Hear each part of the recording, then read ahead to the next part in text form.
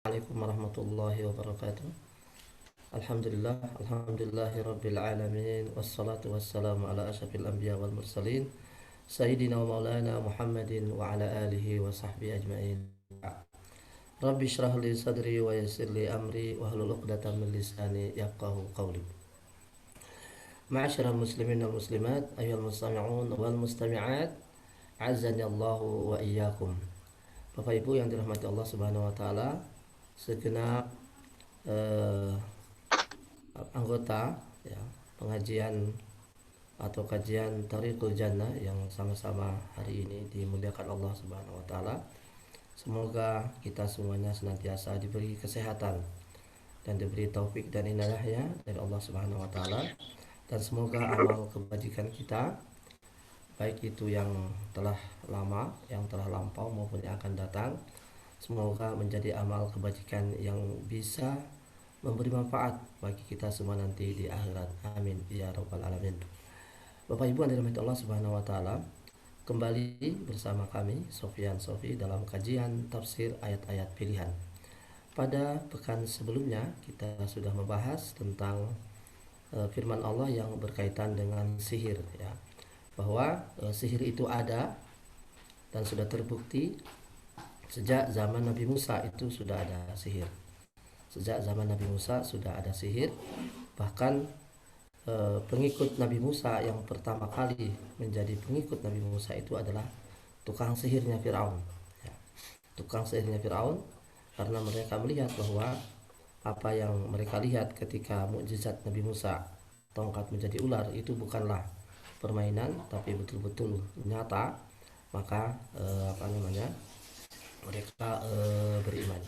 Kemudian sudah kita bahas pula bahwa ahli sihir atau yang mengamalkan sihir itu di dalam Islam hukumannya adalah hukuman mati kalau dia terbukti ya.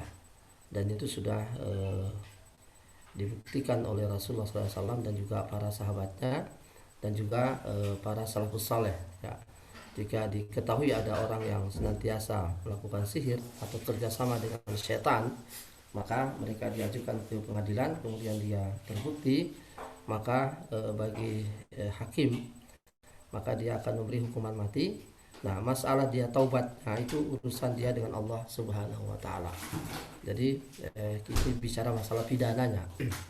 Jadi sama dengan orang membunuh ya. Kalau orang membunuh mungkin dia taubat dari pembunuhan, tapi kan kisosnya, hukumannya itu tetap berlaku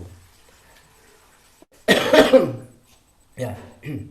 Kemudian Bapak Ibu dirahmati Allah Subhanahu wa taala, ayat sekarang adalah berkaitan dengan pemindahan kiblat ya. Pemindahan kiblat dari Baitul Maqdis ke Masjidil Haram ya. Ini ayatnya, mungkin saya bacakan dulu sekaligus kita juga latihan membaca. A'udzu billahi minasy syaithanir rajim. Bismillahirrahmanirrahim. Sayaqulu as-sufaha'u minan nasi ma wallahum 'an qiblatihim allati kanu 'alayha. Qul lillahil masyriq wal maghrib.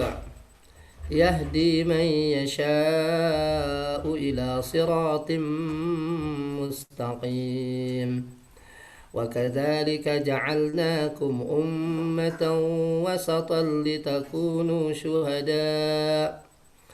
لتكونوا شهداء على الناس ويكون الرسول عليكم شهيدا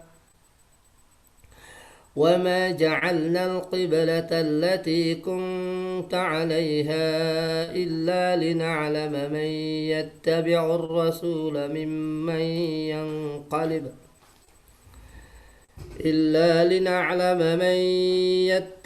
الرسول ممن ينقلب على عقبيه وإن كانت لكبيرة إلا على الذين هدى الله وما كان الله ليضيع إيمانكم Innallaha bin nasi lara'ufur rahim. Qad nara taqalluba wajhika fis sama' قد نرى تقلب وجهك في السماء فلنولينك قبلة ترضاها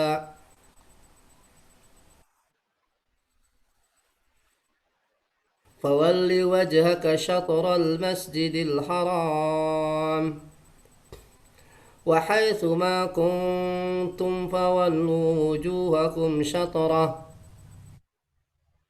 وإن الذين أوتوا الكتاب ليعلمون أنه الحق من ربهم وما الله بغافل عما يعملون ولئن أتيت الذين أوتوا الكتاب بكل آية ما تبعوا قبلتك وما أنت بتابع قبلتهم وما بعضهم بتابع قبلة بعض ولئن اتبعت أهواءهم من بعد ما جاءك من العلم إنك إذا لمن الظالمين.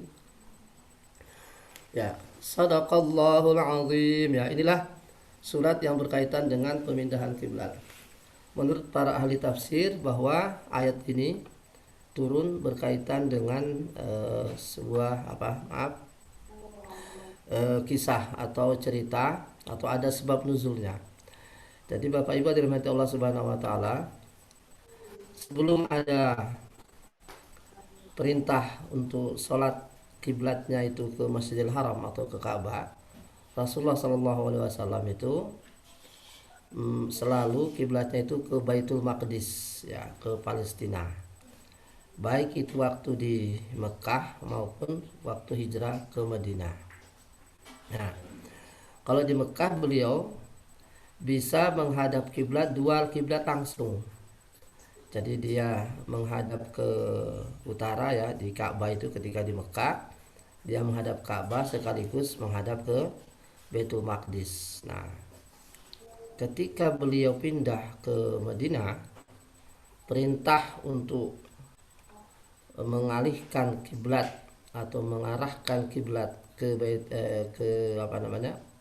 ke Masjidil Haram itu belum turun, maka beliau selalu sholatnya itu ke arah Baitul Maqdis, berarti membelakangi Ka'bah, membelakangi kiblat, membelakangi Mekah, kan begitu.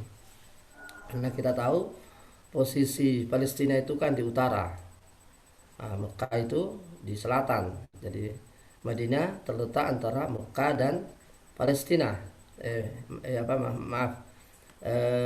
Betul ya, Madinah terletak antara Mekah dan Palestina. Nah, ketika Nabi SAW berada di Madinah, otomatis dia membelakangi Ka'bah. Nah, dan di lain pihak, ya, kaum Yahudi, ya, mereka juga sholatnya kiblatnya ke Baitul Maqdis, ke Haikal Sulaiman itu yang diklaim sebagai kiblat mereka yang sekarang disebut dengan tembok ratapan, ya, Al-Mabkah, ya, tembok ratapan Yahudi itu kan juga persis di sampingnya Masjidil Aqsa, ya. Jadi orang Yahudi juga sholatnya kalau mereka sembahyang, ya, mereka juga menghadap ke Palestina, ke tembok ratapan, yaitu yang berada di samping Masjid Aqsa, yang mereka yakini sebagai Haikal Sulaiman. Nah, kaum Yahudi adalah kaum yang selalu anti Islam, itu sejak dulu, sejak zaman Nabi sampai hari ini. Nah, setiap ada kesempatan untuk menjelekkan Islam, itu mereka manfaatkan Yahudi itu. Jadi mereka manfaatkan. Nah, ketika Rasulullah menghadap ke Baitul Maqdis, ya, dan orang Yahudi tahu bahwa Rasulullah itu menghadapnya ke Baitul Maqdis ketika sholat, ketika di Madinah itu, ini dimanfaatkan betul oleh kaum Yahudi. Mereka mengatakan, wah Muhammad ini kalau urusan kiblat ke kita, ya. Tapi kalau yang lain kok nggak ikut kita. Nah, ini seandainya kita nggak punya kiblat, dia nggak punya kiblat itu Muhammad itu. Nah, ya, pokoknya dijelekkan. Itulah Yahudi. Jadi semua momen, semua kesempatan, semua cara, semua pintu itu mereka lakukan untuk taruhlah merendahkan ya atau menjelekkan atau taruhlah merendahkan agama Islam ya termasuk nabinya. Itu dari dulu sampai sekarang. Maka Nabi Shallallahu Alaihi Wasallam merasa nggak nyaman juga dengan perkataan Yahudi ini ya. Sementara beliau belum menerima perintah dari Allah untuk mengalihkan kiblat. Nah, di hati Nabi Shallallahu Alaihi Wasallam sebetulnya nggak suka itu kiblatnya itu ke Baitul Maqdis karena dikiranya nanti seperti kata orang Yahudi tadi, mengikuti orang Yahudi dalam masalah kiblat, tapi masalah syariat yang lain tidak itu. Maka Nabi Shallallahu Alaihi Wasallam itu pengennya supaya kiblat itu dipindah gitu. Jadi Islam punya kiblat sendiri gitu. Nah, maka turunlah ayat ini yang menjelaskan bahwasanya semua arah itu milik Allah. Ya, apakah arah Palestina, apakah arah Mekah, itu semuanya milik Allah Subhanahu wa taala. Artinya bahwa perintah ketika menghadap ke Baitul Maqdis itu juga dari Allah. Itu juga dari syariat Ibrahim dahulunya kan gitu. Nah, ataupun nanti yang akan datang kiblat yang baru itu juga dari urusan Allah. Jadi tidak ada kaitannya dengan Yahudi. Nah, maka turunlah ayat ini yang sekaligus menjawab ejekan ya, kaum Yahudi dan sekaligus juga menenangkan hati Nabi Shallallahu Alaihi Wasallam. Ya, itulah turunnya firman Allah ini. Ya, orang-orang bodoh ini nanti, sufaha ini, orang Yahudi ini sudah orang bodoh. Ini juga benar ya. Padahal orang Yahudi kan orang pintar-pintar. Kenapa Allah menyebut mereka itu orang bodoh? Ya. Karena bodoh di sini bukan bodoh masalah IQ, tapi bodoh karena tidak ikut kebenaran. Maka standar ya ukuran bodoh bagi Allah itu bukan karena dia itu tidak pandai matematika ya. Jadi ukuran bodoh di mata Allah itu adalah orang yang gak beriman ya. Jadi kalau menurut kita orang Islam, orang yang gak beriman, gak mengikuti Nabi Muhammad itu orang bodoh. Itu kalau menurut pandangan Islam ya. Kalau kita kan, kalau orang bodoh itu kan yang nggak pandai matematika, nggak pandai kimia, yang nggak pandai logika dan sebagainya, itu orang bodoh ya. Kalau kita orang Islam, kalau menurut standarnya Allah bukan begitu. Orang bodoh menurut standarnya Allah adalah orang yang tidak mengikuti kebenaran, itu orang bodoh. Maka di sini Allah mengatakan orang bodoh itu adalah mengatakan ini, bahwasanya yang menjelekkan tadi ya, kenapa Nabi kok ikut kiblatnya mereka, padahal kalau urusan agama yang lain kok tidak ya. Ya. Orang-orang bodoh dari manusia ini maksudnya kaum Yahudi ya. Ma wallahu ma'al qiblatihim allati kanu 'alaiha ya. Apa yang membuat Nabi Muhammad itu ya berpaling dari kiblat yang dulu mereka lakukan, maksudnya itu setelah pemindahan ini ya. Katakan ya Muhammad bahwasanya arah mana saja itu milik Allah, mau ke timur mau ke barat. Yahdi may yasha ila siratim mustaqim, dia memberi petunjuk kepada siapa dikehendaki menuju jalan yang lurus. Wa kadzalika ja'alnakum ummatan wasata, demikianlah kami jadikan engkau ya Muhammad demikianlah kami jadikan engkau ya umat Muhammad adalah umat pertengahan. Litakunu syuhada 'alan nas, agar kalian menjadi saksi atas umat-umat terdahulu. Wa yakuna rasulu 'alaikum syahida, agar menjadi rasul kalian itu menjadi saksi atas kalian. Wa ma ja'alna al-qiblata allati kunta 'alaiha, dan kami tidak menjadikan kiblat ya di mana engkau dulu menghadap kepadanya, illa lina'lama may yattabi'ur rasul, kecuali agar kami tahu, supaya kami tahu siapa yang ikut Rasul dan siapa yang berpaling. Wa in kanat lakabiratan illa 'alal ladzina hadallah. Meskipun masalah kiblat ini berat, jadi pemindahan ini berat, kecuali orang-orang yang diberi petunjuk. Wa ma kana Allahu liyudhi'a imanakum. Allah tidak akan menyia-nyiakan iman kalian. Innallaha bin-nasi rahim. Sungguhnya Allah Maha pengasih lagi Maha Rauf. Ya. Ya. Ar-Ra'fah itu maha rahmah ya. Ra'fah itu maha lembut juga bisa. Ya. Di sini Allah Subhanahu wa taala menyebut kita ini adalah ummatan wasata. Nah, ummatan wasata, umat pertengahan. Ya. Ada yang menyebut umat pertengahan itu artinya umat ya yang lurus. Umat yang lurus itu artinya wasatan. Tidak ke kanan, tidak ke kiri. Jadi umat Muhammad itu adalah umat wasata. Ya. Meskipun sekarang ini wasatan itu dimaknai secara berlebihan, katanya masa itu artinya moderasi ya dan sebagainya ya. Kalau ummatan wasata adalah umat Nabi Muhammad, ummatan wasata itu adalah umat yang lurus ya, tidak ke A dan tidak ke tidak ke kiri dan tidak ke kanan ya. Ummatan wasata, umatan yang berdasarkan Al-Quran dan As-Sunnah.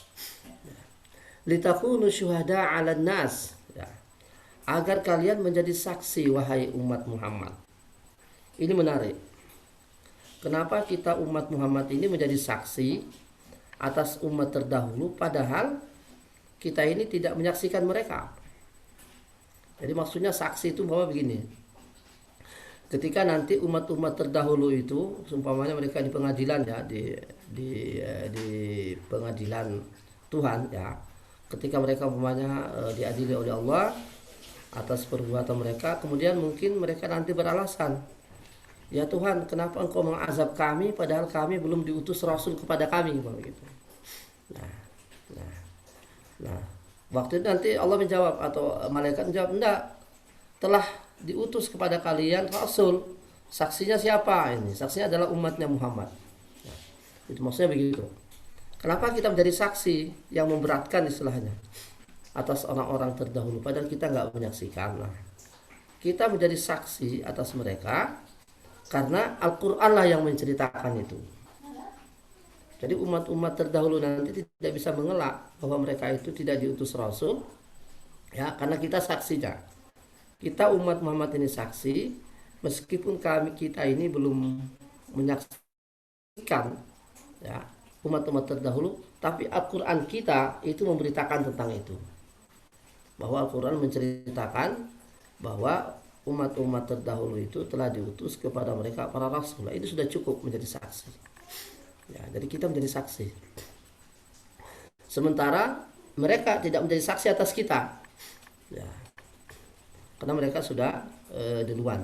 Nah, kemudian wa yakuna rasulukum syahida, sementara Rasul ya, Muhammad SAW itu menjadi saksi atas kita ya. Jadi seumpamanya suatu saat nanti ya, siapa tahu umat umat Muhammad umpamanya ini yang tidak masuk Islam, umpamanya yang sekarang ini umat akhir zaman ini umpamanya, nanti ketika di pengadilan Allah ya, orang-orang kafir itu ketika ditanya kenapa kamu kok nggak beriman. Nah, kemudian ketika nanti mereka berdalil, oh kami belum diutus Rasul, nanti Rasul Muhammad akan bersaksi, enggak, saya sudah sampaikan semua yang baik, saya sudah sampaikan Islam ini ke seluruh dunia, tinggal kalian yang tidak mengikuti ya. Mungkin barangkali begitulah kira-kira bahwa antara perdebatan nanti di akhirat jika ada dari umat Muhammad ini tidak mengakui bahwa mereka sudah pernah diutus Rasul. Nah, jadi ada saksinya yaitu Rasulullah Shallallahu Alaihi Wasallam. Wa ma ja'alna al-qiblata allati kunta 'alaiha. Ini masalah kiblat ini memang karena tabiat itu biasanya menjadi sulit ya, merubah dari dari arah ke utara menjadi ke selatan itu sulit ya, kecuali orang-orang yang diberi hidayah. Orang Islam ya, pengikut Nabi Muhammad Sallallahu Alaihi Wasallam ketika ada perintah kiblat itu tidak ada lagi namanya kenapa langsung mereka melaksanakan perintah Allah ini. Maka dikisahkan bahwa di Masjid Nabawi itu kan ada di Madinah itu ada namanya Masjid Bani Salamah itu ya, Masjid Kiblatain ya, mungkin yang pernah umroh atau yang pernah haji tahu itu ada ziarah ke sana kalau tidak salah, Masjid Kiblatain. Kenapa disebut Masjid Kiblatain? Menurut riwayat bahwa masjid ini ya turun ketika imamnya di situ sholat zuhur atau asar ya, waktu itu mereka masih menghadap ke Baitul Maqdis sholat zuhur itu. Nah, ketika ada turun ayat ini ya, ada seseorang dari Madinah yang lari ya memberitakan ke kaumnya Bani Salamah bahwa telah terjadi perubahan kiblat ya. Maka utusan ini langsung datang ke kaumnya dan mengumumkan bahwa kiblat sudah berubah ke Ka'bah. Mereka sedang sholat zuhur, maka imamnya itu langsung muter 180 derajat.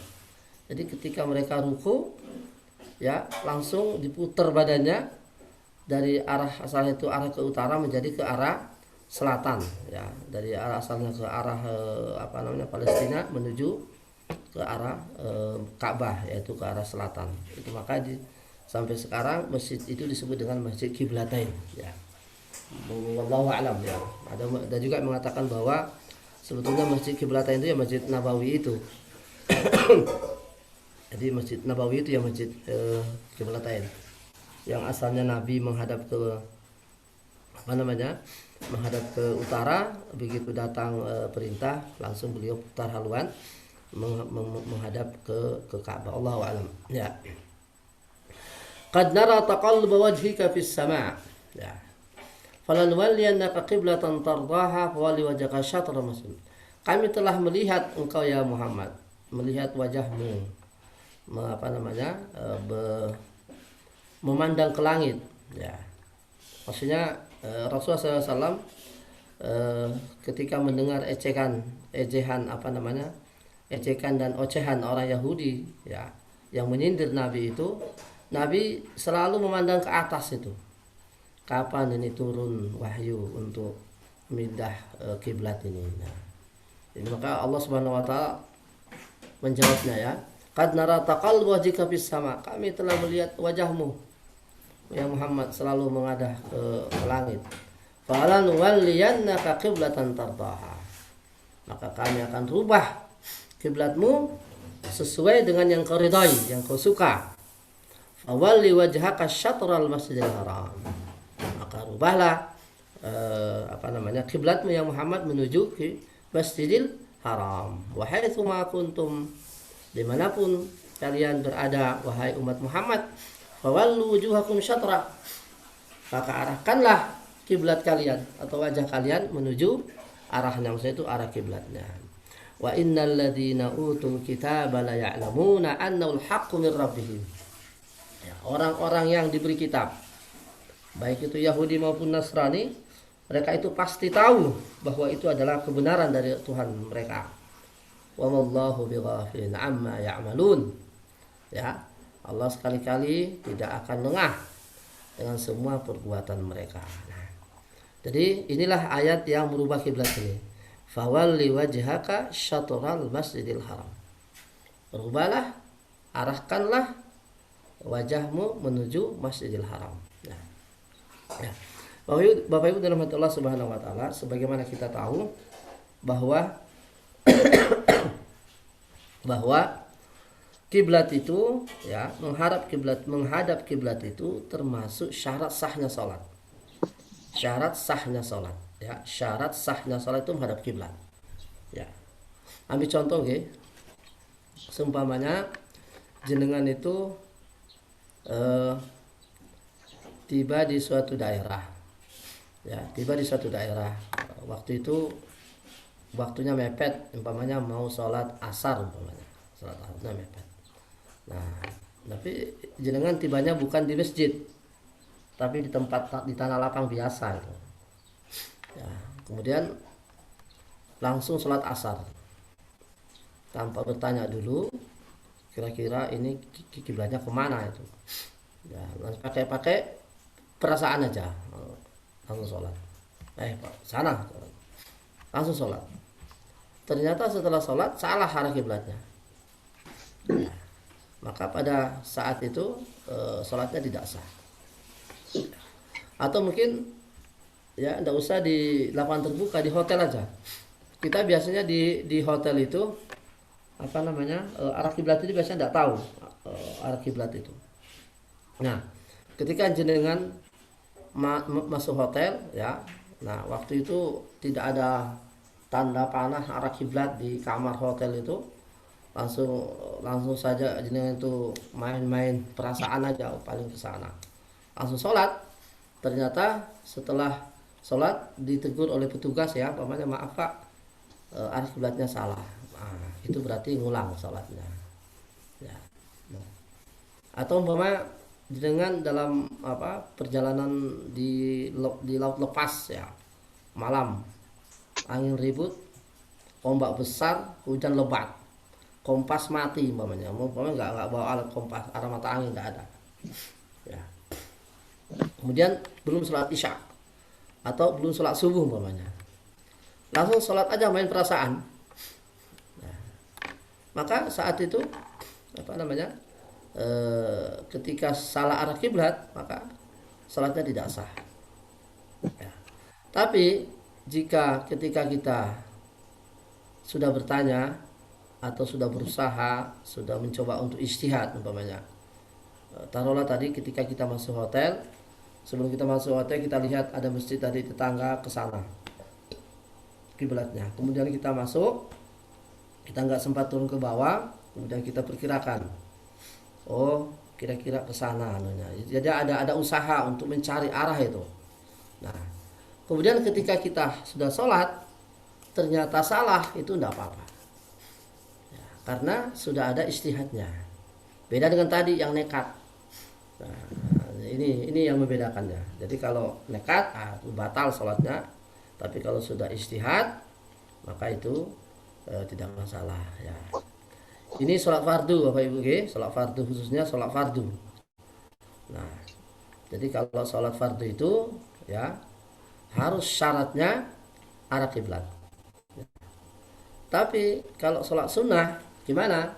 Ya sebetulnya juga seharusnya juga arah kiblat, tapi dia dimaklumi. Semuanya ketika orang itu sholatnya di atas kendaraan, taruhlah kendaraan ya apa saja. Kalau dia sholat sunnah, dia cukup sesuai dengan arah kendaraan itu. Umpamanya dengan bawa kendaraan pribadi umpamanya. Ya, kendaraan yang pribadi yang di belakang penumpangnya mau sholat sunnah ya, sholat witir ya, arahnya sopir, arahnya mobil itu. Jadi kan bisa jadi membelakangi, bisa jadi menghadap kiblat, bisa jadi menyamping dan sebagainya. Nah, yang jadi persoalan sekarang ini adalah ketika kita ini naik kereta, ya, kita naik kereta nggak mungkin kita menghentikan kereta itu nggak mungkin. Nah, ketika kita sholat umpamanya ternyata arahnya itu arah keretanya itu membelakangi, taruhlah dari Jakarta ya menuju Malang itu pasti kalau dari Jakarta menuju Malang pasti itu kiblatnya berlawanan arah itu, karena barat ke timur. Nah itu kan bagaimana caranya itu. Nah disinilah tempatnya kita mencari dulu ya. Memang seharusnya kalau Rasulullah itu, kalau menurut riwayat, kalau beliau itu sholat sunnah itu beliau nggak turun dari kendaraan ya, cukup di atas onta atau kendaraan lain ya, kalau itu kan onta atau kuda ya. Tapi kalau sholat fardu itu beliau biasanya turun itu, karena itu tadi kalau sholat fardu itu syarat sahnya itu harus kiblat. Nah makanya ya kalau kita memang di Indonesia ini ada istilahnya kereta itu ya, makanya di kereta sekarang itu sudah ada musolanya ya. Kalaupun juga itu untuk ditunggu untuk sampai semua orang itu sholat, itu saya kira juga nggak cukup waktunya itu menanti orang sholat itu ya. Makanya kalau kami pribadi, kalau kita terpaksa naik kereta, ketika kita sholat di atas kereta dan kebetulan itu menghadapi membelakangi kiblat, maka itulah yang kemampuan kita yang bisa kita lakukan ya.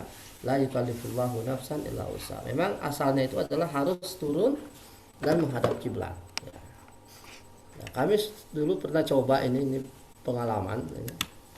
Pernah kami coba dulu dari Jakarta menuju Cirebon atau menuju Bandung itu kalau nggak salah.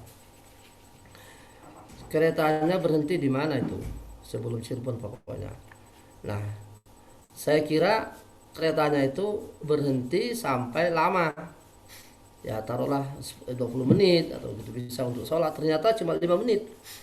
Nah, baru saya mau turun, sudah wudhu, sudah satu rakaat, tiba-tiba treng, ya langsung saya copot, jadi nggak jadi sholat, langsung naik lagi ya itu.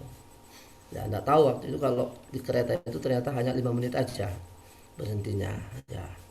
Nah ini memang butuh suatu keputusan dan juga istihad ya terkait dengan di kereta. Memang idealnya itu ya kalau untuk sholat fardu itu kiblatnya ya harus sesuai dengan yang seharusnya ya. Ya, kalau sholat sunnah ya bisa menghadap kiblat kemana saja ya. Nah ini karena kondisi darurat ya, maka ya mau tak mau kita tetap sholat meskipun barangkali kiblatnya itu tidak sesuai atau membelakangi atau menyamping ya kiblatnya. Nah, itu kalau seandainya waktu kita terdesak ya. Nah, lain halnya seumpamanya ketika kita ini mempertimbangkan bahwa nanti kalaupun saya sampai di rumah itu masih ada waktu waktu untuk dijamak. Nah, itu boleh. Artinya kita tunda dulu sholatnya, nanti kita sampai di tujuan baru kita jamak sholatnya. Nah, itu kan masih ada cara ya, masih ada celah itu istilahnya. Sehingga kita tetap sholat dengan tentram dengan arah kiblat yang benar ya. Seperti zuhur dan asar bisa dijamak, baik jamak takdim atau jamak takhir, isya zuhur dan asar, isya dan maghrib bisa dijamak, baik itu jamak takdim dan jamak takhir kan itu. Nah, yang jadi masalah itu adalah masalah subuh ya. Karena subuh ini tidak bisa ditarik dari ditarik ke zuhur atau ditarik ke isya, itu subuh dia sendirian ya, ganjil pojok dia ujung malam. Nah inilah yang biasanya yang terpaksa kita kadang-kadang itu sholatnya sudah tidak sesuai dengan kiblat, seperti orang naik kereta tadi ya. Kalau orang naik kereta dari Jakarta malam hari menuju Malang itu pasti sholatnya karena biasanya 12 sampai 14 jam ya. Nah ini dah anunya. Maka dalam kondisi ini ya terpaksa kita sholat subuh itu dengan tidak menghadap kiblat yang seharusnya ya. Artinya itulah yang bisa kita lakukan. Fattaqullaha mastata'tum. Sekali lagi idealnya adalah kita berhenti ya untuk sholat fardu, sholat subuh, kemudian kita menghadap kiblat yang benar ya. Kemudian Bapak Ibu dirahmati Allah Subhanahu wa taala ya. Ada juga yang menarik ya terkait dengan kiblat ini ya. Ini pertanyaan dulu, maaf.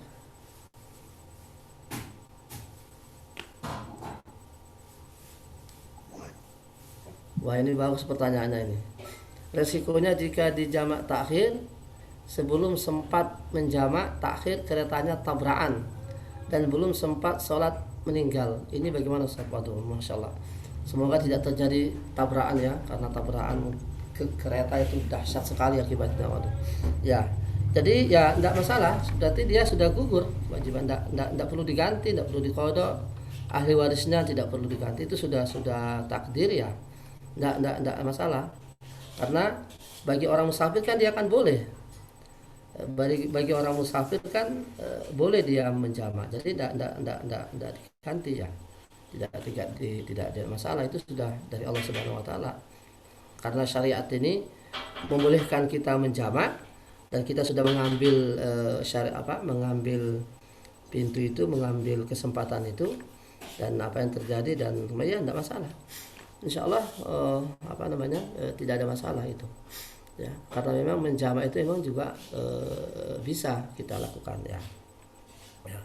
Sama dengan umpamanya orang orang uzur, umpamanya orang yang uzur ini, orang uzur ya, wanita uzur yang nggak bisa puasa ya umpamanya ya, selama umpamanya sudah hari ke-7 umpamanya, mungkin besok dia suci ya, besok dia suci, kemudian tiba-tiba kecelakaan, meninggal, kan 7 hari lewat puasa, apakah diganti dengan fidyah? Enggak, karena dia kan sudah lewat, Anda tidak ada kesempatan untuk bayar ya.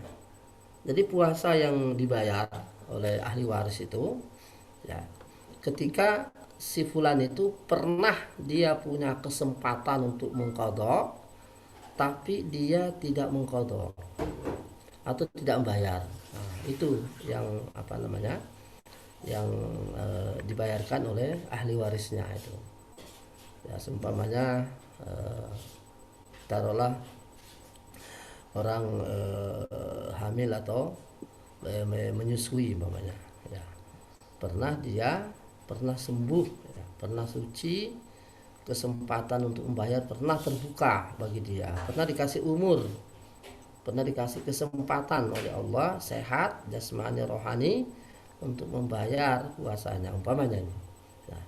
Tapi setelah itu dia lalai barangkali ya, lalai melewati hari itu saja tanpa membayar kan, kemudian dia meninggal. Nah itu baru utang ya, baru utang.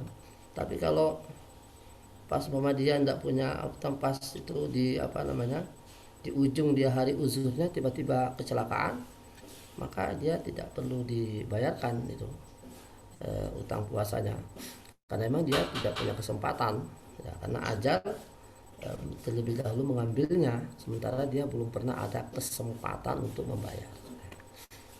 Kalau sholat juga demikian.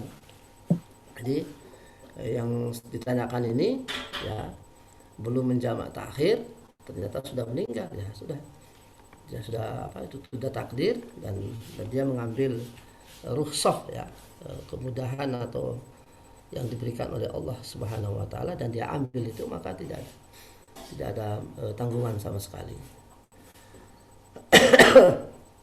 Ya. Kemudian kita kembali ke masalah kiblat ya. Jadi Bapak Ibu dirahmati Allah Subhanahu wa taala ya. Jadi kalau kita mau masuk hotel ya, marilah kita jangan tergesa-gesa untuk sholat. Kita tanya dulu petugas ya, ini kiblatnya kemana, atau musolanya di mana, musolanya itu di mana, ke kiri, ke kanan ya, dan sebagainya. Kalau kita langsung sholat begitu saja tanpa bertanya, nah, itu batal sholatnya, harus diulang, karena syarat sahnya sholat itu adalah menghadap kiblat.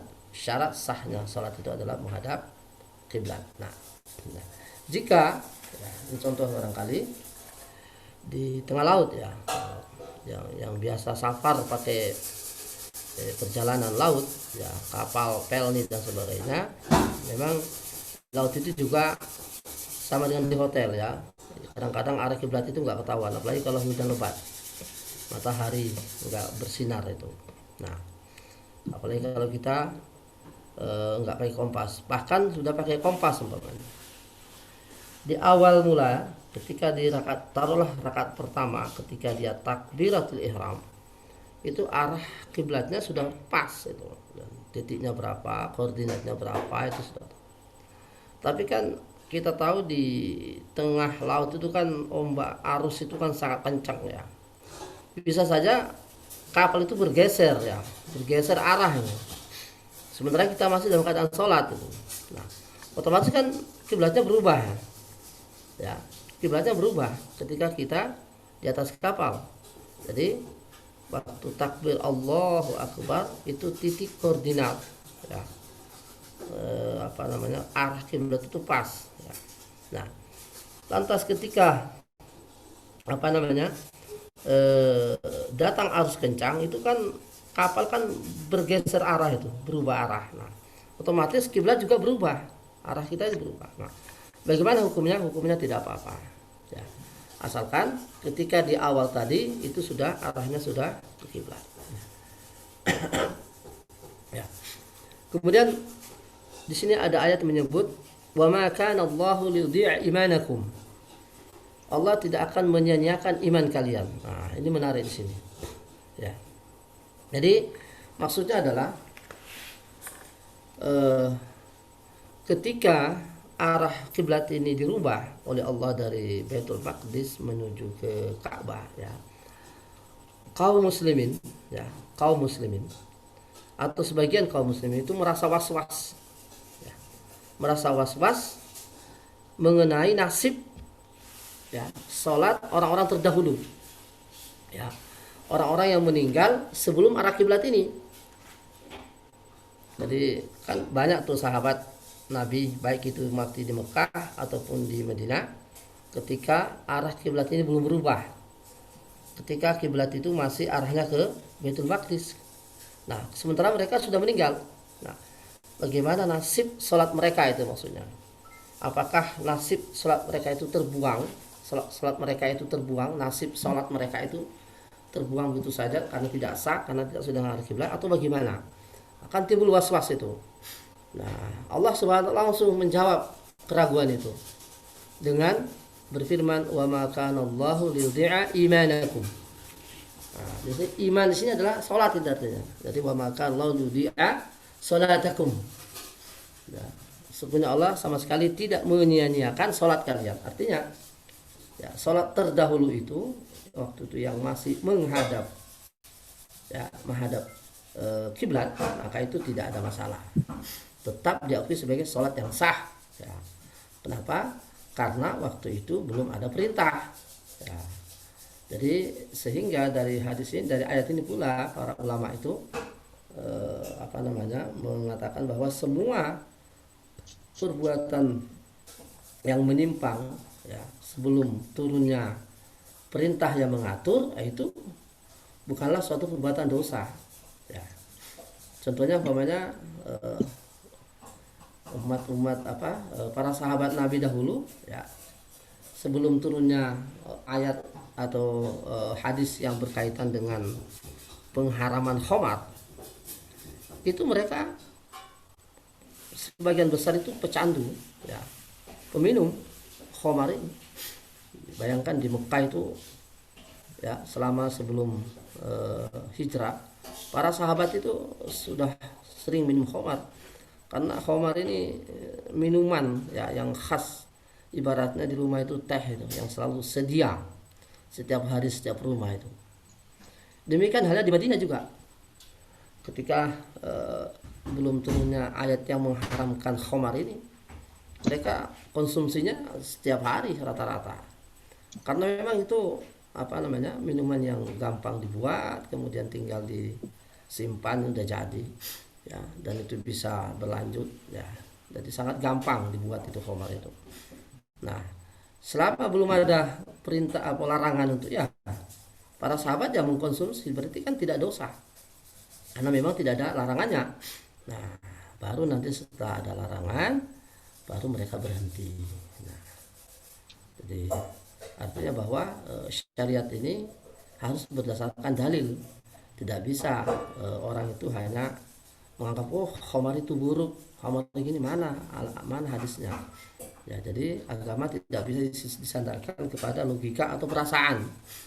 Jadi agama itu harus berdasarkan teks, ya, Al-Quran atau hadis sahih, ya, baru bisa jadikan sandaran hukum.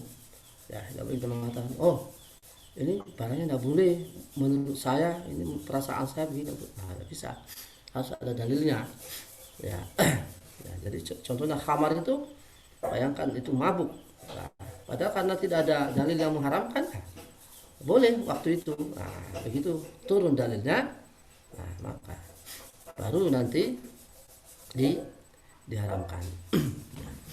Bapak Ibu rahmatullah subhanahu wa ta'ala, Jadi Nabi Shallallahu Alaihi Wasallam menghadap kiblat Baitul Maqdis itu selama kurang lebih 16 bulan. Ya, 16 bulan ketika di Madinah. Baru setelah 16 bulan lewat, turunlah ayat ini. Fawalli wajhaka syatral masjidil haram.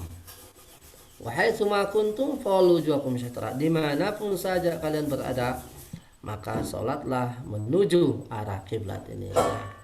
Nah, kemudian mana dimaksud dengan arah kiblat? Ini juga para ulama berselisih. Ya. Ada yang mengatakan ya pokoknya arahnya saja. Ya, tidak mesti harus titik koordinat 100% itu. Ya. Ada yang mengatakan ya harus titik koordinat 100%. Itu. Nah, mana yang benar ini? Jadi mungkin sebelum ada perubahan ya, beberapa tahun yang silam itu kita banyak yang salah arah kiblat itu, maksudnya kurang titiknya itu, kurang berapa derajat itu ya. Nah, ada yang mengatakan memang sejak dulu sudah mengatakan bahwa pokoknya arahnya tidak mesti harus titiknya 100%, titik koordinatnya itu 100%, tidak mesti katanya gitu, tidak mesti ya. Jadi yang penting arahnya itu sudah, pokoknya arah utara itu kan cuma ada 4 ya, utara, selatan, timur, barat ya, itu. Kita dulu katanya waktu sebelum ada perubahan itu kita hanya ke kayaknya itu dulu. Nah, alhamdulillah sekarang sudah ada perubahan sehingga titik yang betul-betul sudah sesuai dengan arah kiblatnya. Nah, wallahu taala a'lam ya. Saya kira untuk pagi ini demikian. Alhamdulillah kita sudah sampai pada jam 6. Ini saya mohon maaf ya. Suara ini agak sedikit tidak nyaman karena ada sedikit gangguan di tenggorokannya. Mudah-mudahan Allah segera menyembuhkan. Amin ya rabbal alamin. Kita doakan saudara-saudara kita yang sedang sakit dan juga yang sedang berbaring menanti kesehatan dan kesembuhan. Semoga Allah senantiasa memberi kekuatan kepada mereka di bulan yang suci ini. Amin ya rabbal alamin. Alhamdulillahirabbil alamin. Hamdan yuafi ni'amahu yukafi mazidah.